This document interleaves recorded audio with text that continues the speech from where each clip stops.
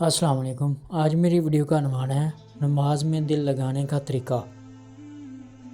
Number 1، جب نماز شروع کرو تو زمین کو دیکھو۔ فائدہ: مرنے کے بعد ہمیں اس زمین کے اندر جانا ہے۔ نمبر 2، رکوع کرو تو پاؤں کو دیکھو۔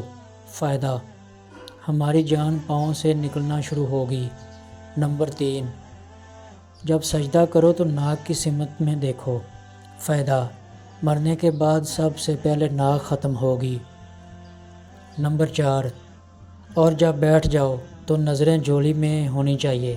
فائدہ: ہمیں خالی جھولی دنیا سے جانا ہے۔ یہ سب کو بتاؤ، کیا پتہ آپ کی وجہ سے کسی کی نماز درست ہو جائے۔